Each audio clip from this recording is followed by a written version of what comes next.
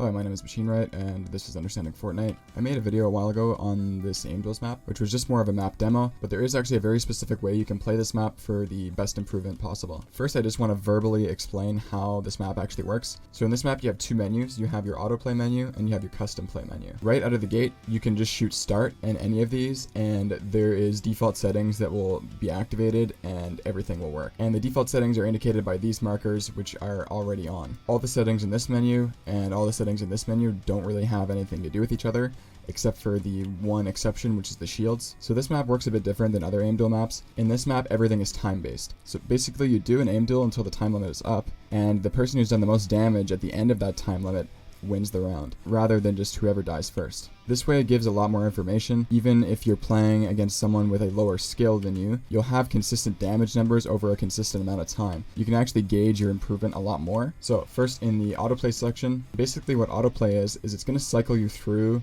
either all of these scenarios or a bunch of generated scenarios in which you have over 6,000 possible scenarios that you could be sent to. Basically what autoplay is going to do is it's going to generate 6 scenarios, and it's going to cycle you through them for whatever time you've selected, and it's also going to automatically cycle through weapons if you have that function set. If you have this option off, you're going to have to choose your own weapons, or else you won't be given any. The standard scenarios are basically all of these scenarios you see here, and obviously they don't look exactly like this. These are just model representations. And like I said, the generated scenarios are going to be completely random. To use custom play, you're going to have to select the scenario that you want by shooting these.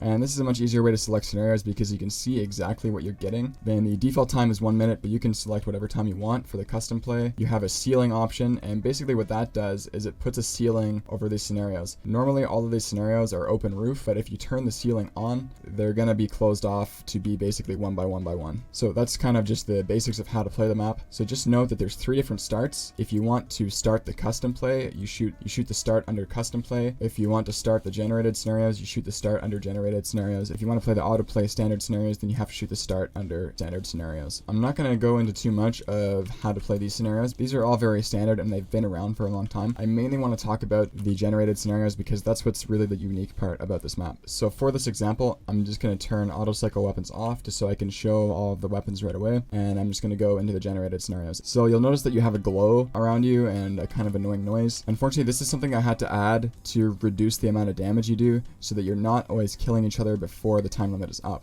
So the main issue with practicing on only the standard 1 by 1 small boxes where you may be standing on a cone like this is that you're not training all parts of Fortnite aim. So most fights in Fortnite where it comes down to an aim duel are usually very quick. These engagements only last a few seconds, and the most important part about that engagement is the first shot, because generally whoever lands the first shot in that engagement is going to win the trade, especially with something like attack, because if you shoot first, you're also going to get your second shot off before they get their second shot off. So considering that, the only section that you're actually training in a 1 by 1 aim duel where you're just already looking at each other is the second half of the aim duel that isn't as important as the first shot. So to summarize that, the main parts of an aim duel type engagement in Fortnite is first finding your target, and then usually that large angle mouse movement onto that target, and then after that it plays more like an aim duel would play in a 1 by 1 box where you just have to stay on your target and continue tracking, or that hybrid clicking aspect. And that's the main advantage of these larger maps, is you're going to be able to break line of sight with your opponent, and you're going to have to find them again. They're going to show up in an unknown area, and you're going to have to do a large angle onto them first, and then continue tracking like a normal aim duel. So there is actually a few special ways that you can practice in these maps. The first way is going to be playing for position. And what I mean by that is always playing for a peek or some sort of cover advantage. And all you have to understand with a peek is it's that action versus reaction advantage. You want to be able to see them with a third-person camera and have some sort of way to quickly get in line of sight to take a shot, and then quickly get out of line of sight. And you basically just want to try and apply that concept as much as possible and try and find as many peaks as possible in this random environment. This is going to reinforce that thought process in your brain to always be using angles no matter where you are. And because a big issue I see with a lot of people is when someone thinks of a peak, they think of an edit that they make, but that really isn't all you can do with peaks. You can make a peak out of anything. Sometimes your opponent's own builds can be used as a peak against them. You don't want to limit yourself to only using your own edits as peaks, or only thinking as a peak of something that you create with your builds and editing. Especially with off-spawn fights where you don't have a lot of mats, this kind of peak and angle adaptation, I guess you could call it, is super important. So there's a few ways to play with each weapon. With the SMG, you're going to want to focus on getting cover advantage. Basically finding ways where you can have part of your body covered and still shoot. So for example, sitting on a cone like this, you can keep most of your body covered and still be able to take shots. If your opponent is chasing you, you can walk backwards and keep adapting to their movement as their line of sight changes and keeping yourself covered as much as possible. This isn't really a peek because there's no action versus reaction advantage. They already see you, you're just making it harder for them to hit their shot. And also because of shotgun spread and bloom of weapons, you're also making it less likely for them to land shots because you're exposing a smaller part of their body.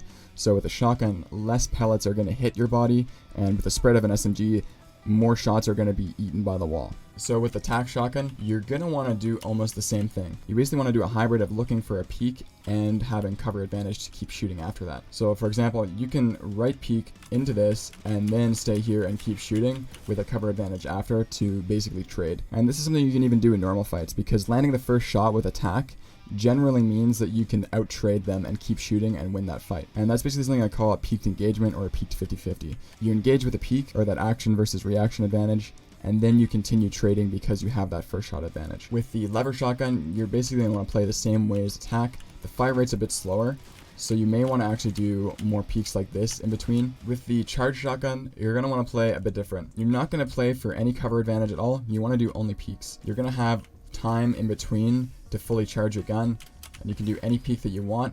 The only thing you want to avoid is don't do the same peek twice in a row, and try and find different angles every time. So if someone's up there and just sitting there, you don't want to do this.